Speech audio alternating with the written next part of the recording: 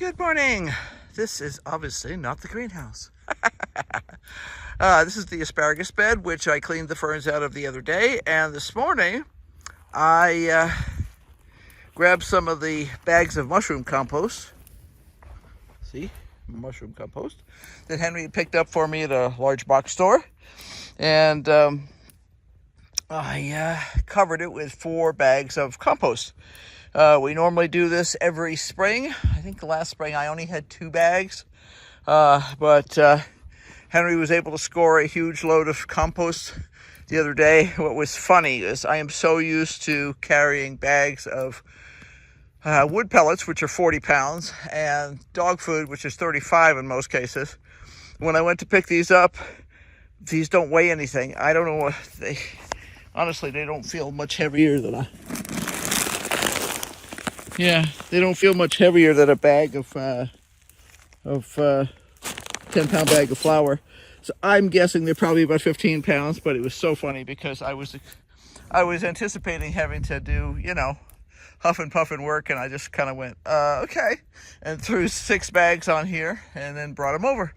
So the asparagus bed has now been cleaned, topped with compost.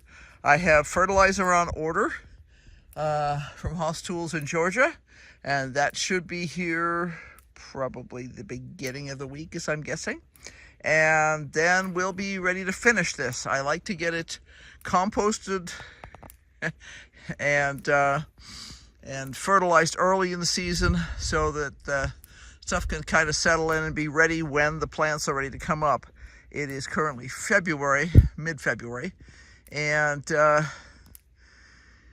there have been years when we actually had stuff come up in February. I prefer it doesn't because we're likely to get hard frost damage on some of the tips when that happens. But April is the norm that we get. Usually the second week of April, we'll get some sprouts up in the asparagus beds. So yeah, very glad to have that part done. I have 2 more bags of compost here, so I will probably take them over to that first blackberry bed and get that topped. The nice thing about the irrigation, and this is something to consider when you're planning irrigation, these are both drip irrigation setups.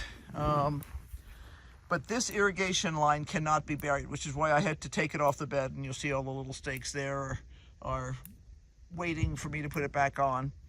But this kind of irrigation line, this copper colored stuff, which is a Rainbird product. I get nothing from Rainbird. This is actually gifted to us, oh gosh, I don't know, 15 years ago or something, by another local person who lives here who had no clue what to do with it and was not a gardener. But I can bury this and it doesn't affect it. It's designed to be either on top of the ground or underground. The copper color supposedly makes it less intriguing to rodents. And to be honest, I have never had it chewed by rodents. And the way the emitters are built, they are supposedly pretty clog-free. So the nice thing is I can just throw the stuff on top and I don't have to worry about it on these beds. I may actually switch some of my other beds. All of my berry beds currently have this in it, and I may switch it for use in some of the other ones. The thing I don't care for about this is it really needs to be kind of put in place and left. So if you have some variability to what you're planting in a bed, using the little stuff that you use with a top emitter and stuff like that is probably more practical because it gives you real flexibility year to year. So the beds over here, like that one there that has you're looking at a California poppy plant right now. That one there has the top sort of small stuff. Those are 1/4-inch lines. But for stuff that's not going to move around, like berries, we zoom out, like berries, yeah, this is kind of a better choice, I think, because I just don't have to hassle with it. I had the water running right down the middle of the bed. These are beds that have a liner in them, so the water stays in the bed. It doesn't come out through the sides of the walls. And it's designed for dry conditions, and it works really well. So until later, bye. I moved a cart full of mulch from the back of the truck out into the yard. Irene's been busy mulching the asparagus bed and a couple of the berry beds. And now I'm going to go down to the studio and work on the electrical system. There's a few things going on that are a little bit of a pain in the neck, and I think I might have a clue. Okay, I decided to take advantage of a break in the weather today. Asparagus bed has been topped with compost, and now both of the blackberry beds have also been topped with compost. Henry bought me another cart full of compost. I had 2 left from the asparagus bed project, and I put I don't know, let's see, I think 3 or 4 bags on each one of these, and then broke up in another one because it was just a little bit short, and put that on the asparagus bed and smoothed that out again. So I now have 3 beds completely ready for spring, except for fertilizer.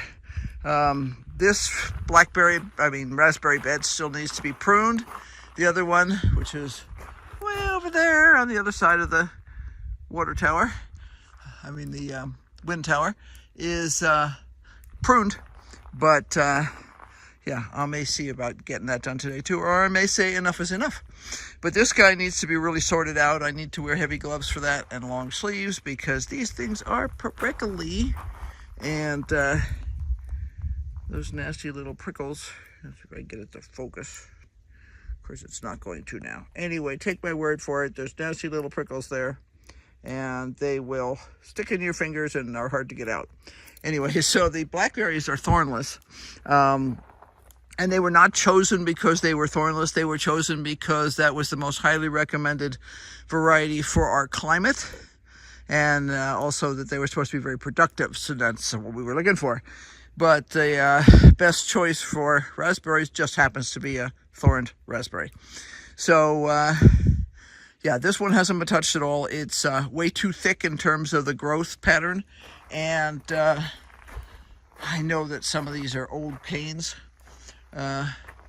So yeah, this needs to be done, but not today, I don't think. I think that's probably enough. I need to get some studio work done, and I think it's about time for lunch, so I think we'll be taking a break. Anyway, progress has been made. We still have plenty of snow in the shade of the house. That will be there for a long time until we get a lot warmer, because this is deep shade. It's one of the things that you deal with when you have a house that is oriented as a solar house. So the south side of this house is getting totally blasted by the sun at this time of year, but the north side is not, because the sun is very low in the sky. And when we have a lot of snow, like when we've been getting 6 inches, 8 inches, 12 inches, 6 inches, 8 inches, 12 inches, this gets really quite thick, and it can last really late in the spring.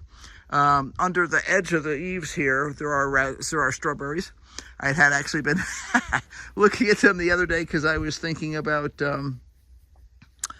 taking some of the new runners and planting them in the greenhouse, but obviously it snowed first. So we'll see. We're supposed to get quite warm later this week, and they're actually expecting temperatures down up in the 80s in Phoenix this week, and there's bets about when the first 90-day weather will be. I'm not ready for that. I'm ready for it to stay normal. We're supposed to get up in the 60s. I think we might get as high as 70.